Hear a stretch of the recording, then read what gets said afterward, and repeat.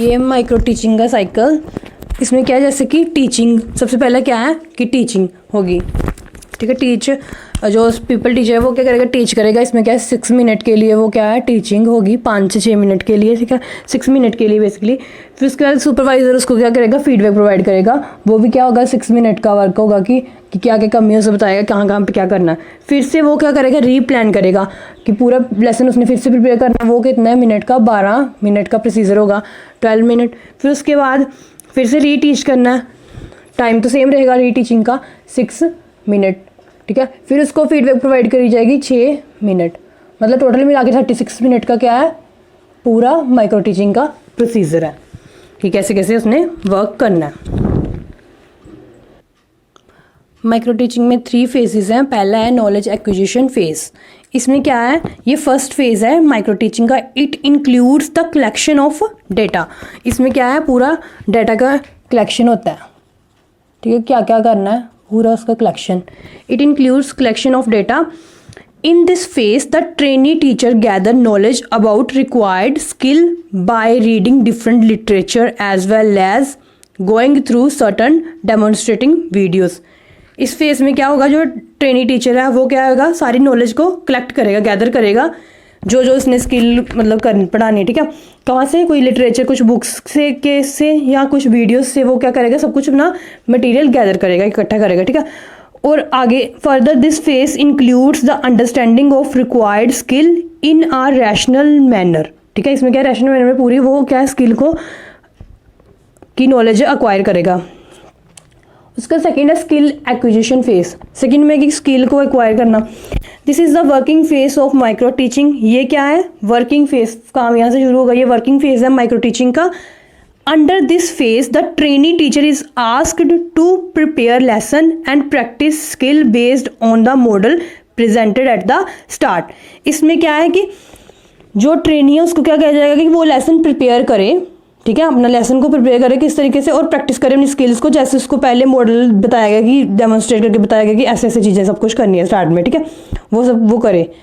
Hair 2 important factor of micro teaching के 2 important factor है इसमें स्किल एक्विजिशन में, वो है feedback and the setting. 2 factor कौन कौन से हैं, एक तो है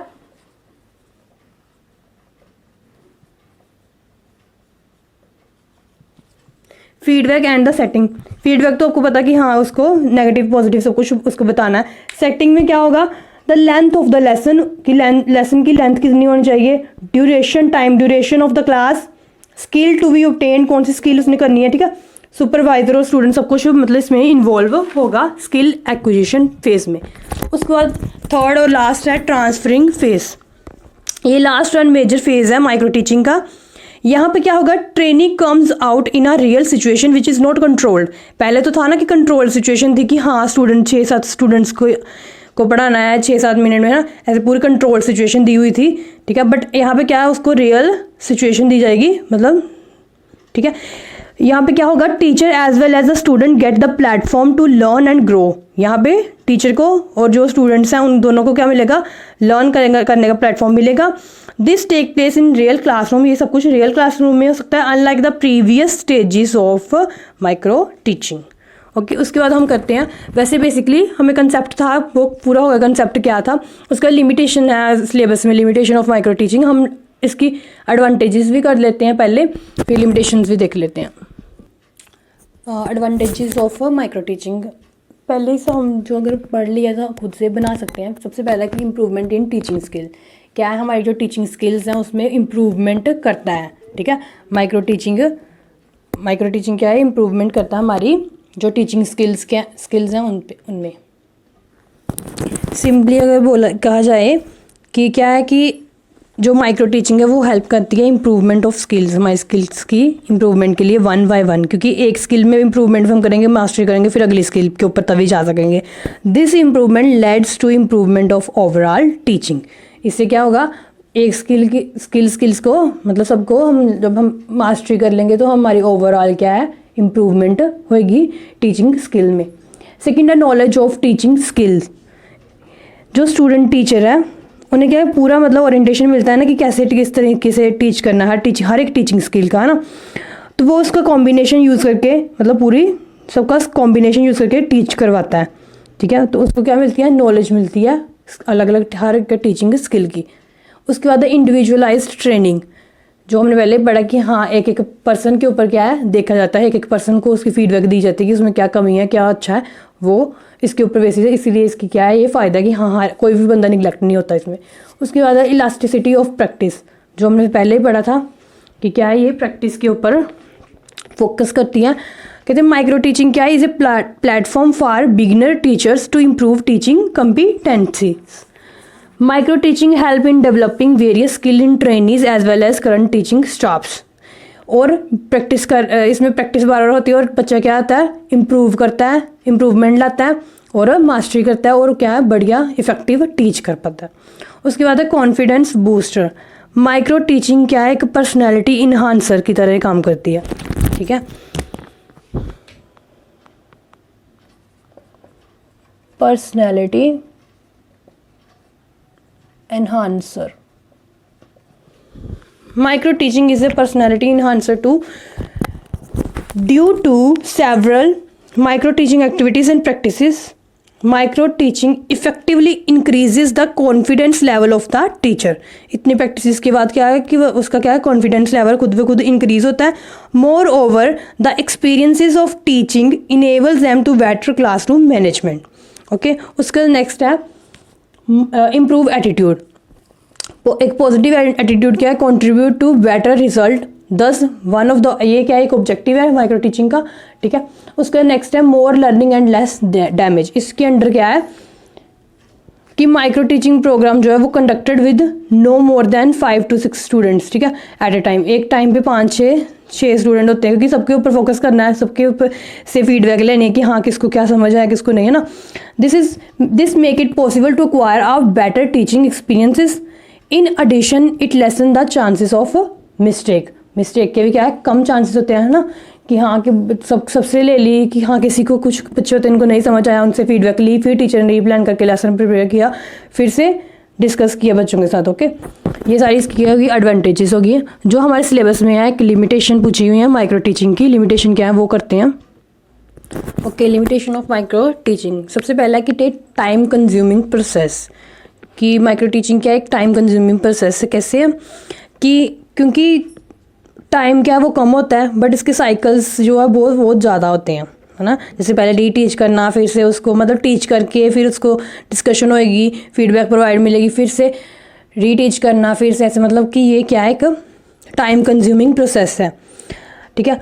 जैसे इमेजिन कर लो कि किसी बंदे ने कोई स्किल में मास्टरी करनी है, ठीक है, किसी भी स्टूडेंट टीचर ने मास्टरी करनी है कोई स्किल में, उसको 4 साइकिल कंप्लीट लगते हैं, ठीक है। कि मतलब वो पहले टीच करता है, फिर से वो उसकी फीडबैक मिलती है, फिर टीच करता है, फिर मतलब उसको क्या है 4 साइकिल्स में कंप्लीट कर लेता है वो एक स्किल की मास्टरी, ठीक है। तो मतलब इंडियन साइकिल में ये क्या बोला गया कि 36 मिनट लॉन्ग होगी, तो खुद से लगा लो अगर 36 मिनट ऐसे करते रहे तो जो स्टूडेंट टीचर है वो एक स्किल में मास्टर होगा कितने टाइम में, 144 मिनट्स में। मतलब इतना सारा टाइम लगेगा उसको एक ही स्किल में मास्टरी करने के लिए, ठीक है। 2 घंटे 24 मिनट। अगर इसको मल्टीप्लाई कर दिया जाए जो इतनी नंबर ऑफ स्किल्स हैं उसके साथ और नंबर स्टूडेंट गए तो फिर तो बड़ा ही चला गया, ठीक है। मतलब ये क्या है कि टाइम कंज्यूमिंग प्रोसेस है।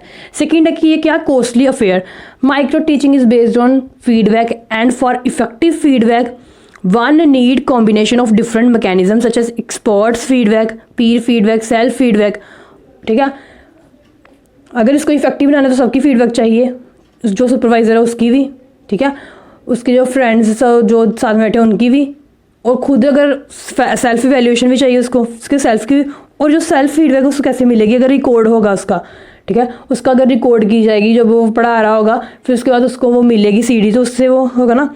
बट ये सब क्या है हमारे इंडियन इंस्टीट्यूट में ये सब बहुत मुश्किल है। मतलब इतने कॉस्टली इक्विपमेंट लाना, सीसीटीवी वीडियोस कैमरा, वो थोड़ा मुश्किल काम हो जाता है, ठीक है। सिर्फ वो ये सब चीज़ें किसके लिए करें, माइक्रो टीचिंग के लिए ही करें, तो इतना पॉसिबल तो नहीं है, ठीक है। इसलिए मतलब कह सकते हैं क्या है कॉस्टली अफेयर हो सकता है।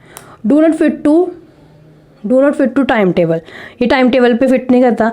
जैसे कि माइक्रो टीचिंग क्या है टाइम कंज्यूमिंग प्रोसेस है, it does not fit to the existing time table, क्योंकि जो बीएड का करिकुलम है वो बहुत ज़्यादा ओवरलोडेड है, ठीक है। कॉलेजेस जो है वो नहीं कर सकते इतना, मतलब कि टाइम इतना वेस्ट नहीं कर सकते कि इसके ऊपर माइक्रो टीचिंग के ऊपर ही टाइम इतना नहीं लगा सकते, ठीक है। उसके बाद है कि इसका क्या है, नैरो स्कोप है। जो करिकुलम है बीएड का और माइक्रो टीचिंग वो connect only on few skills, ठीक है। वो कुछ ही स्किल्स के ऊपर वर्क करता है, बट जो रियल टीचिंग होती है, मतलब बीएड में और करिकुलम में कुछ ही स्किल्स बताई जाती हैं, बट जो रियल टीचिंग उसमें काफ़ी सारी स्किल्स यूज़ होती हैं, ठीक है। इसलिए माइक्रो टीचिंग इतनी हेल्पफुल नहीं होती सब टीचिंग स्किल्स को नॉलेज एक्वायर करने के लिए। उसके बाद नेक्स्ट है हैम्पर्स क्रिएटिविटी। इसमें क्या है, क्रिएटिविटी क्या है, creativity is the core of any job. Creativity क्या है, core of any job. It flows along with the task. However, in the process of micro teaching, जब माइक्रो टीचिंग होती है, due to limited period it become difficult to bring out that creativity. इतने कम time में कोई creativity लेके आना, कोई नवा कंसेप्ट लेके आना थोड़ा मुश्किल हो जाता है, ठीक है। इसलिए हम कह सकते हैं कि micro teaching does not contribute to increasing the bars of creativity. उसके बाद है ट्रेनिंग स्टाफ। इसमें क्या है कि better teaching promote a better learning experience है। अगर टीचिंग बढ़िया होगी तो वो क्या है, एक बेटर लर्निंग एक्सपीरियंस को प्रमोट करेगी। सिमिलरली फॉर बेटर टीचिंग, ठीक है, बेटर टीचिंग के लिए one need to undergo better training as well, ठीक है। अगर हम चाहते हैं कि टीचिंग बेटर हो किसी की, तो उसको क्या है, ट्रेनिंग बढ़िया होनी चाहिए। पहले तो उन्होंने बोला कि बेटर टीचिंग जो है वो बेटर लर्निंग को प्रमोट करेगी। अगर टीचर की टीचिंग अच्छी है तो जो लर्नर है वो भी एक्सपीरियंस अच्छा उसको मिलेगा कि हाँ उसको समझ आएगी बिल्कुल अच्छे से। अब टीचर जो टीचिंग है वो कैसे बढ़िया होगी, वो तब बढ़िया होगा अगर उसको ट्रेनिंग बढ़िया मिलेगी, ठीक है। Micro teaching course benefit teacher in gaining that experiences, ठीक है, but it require well trained educator. But उस ट्रेनिंग के लिए क्या, उसको वेल ट्रेंड, अगर जो ट्रेन करने वाला वो ही नहीं बढ़िया से ट्रेन कर पा रहा तो उसको तो कोई आगे मतलब होएगा नहीं, ठीक है। इसलिए क्या है कि जो ट्रेनिंग स्टाफ है वो भी क्या होना चाहिए, बढ़िया होना चाहिए, ठीक है। उसके बाद नेक्स्ट है नोट रियलिस्टिक एंड प्रैक्टिकल। जो माइक्रो टीचिंग है वो रियलिस्टिक एंड प्रैक्टिकल नहीं है। Micro teaching is a very advanced form of learning, however, ठीक है, ये एक एडवांस फॉर्म है लर्निंग की। However it does not have its own limitation, इसकी खुद की कोई लिमिटेशन नहीं है।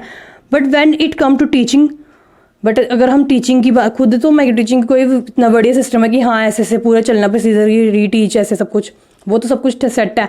बट आगे प्रॉब्लम क्या है कि जब इसको diverse level of student at once, जब इतने सारे बच्चों को पढ़ाया जाए, ठीक है, अलग अलग बच्चे होते हैं, ठीक है, अलग अलग इंडिविजुअल डिफरेंसेस जिसे हम बोलते हैं, तो ये क्या बन जाता है, इट बिकम्स अ हैसल। तब ये प्रॉब्लम हो जाती है। During the training the strength, जब ट्रेनिंग दी जाती है तब तो स्ट्रेंथ जो बच्चों की वो लिमिटेड होती है, ठीक है। When the strength of student is increased it seems like a problem. पहले तो क्या था कि 5-6 बच्चों के साथ होगी, बट जब बच्चे इंक्रीज कर दिए जाए तो फिर ये क्या बन जाती है, प्रॉब्लम की तरह बन जाती है, ठीक है। मतलब नॉट रियलिस्टिक एंड प्रैक्टिकल नहीं है माइक्रो टीचिंग। ओके, अगर वीडियो अच्छी लगी है तो प्लीज़ लाइक कर दो वीडियो को और चैनल को सब्सक्राइब करना ना भूलना।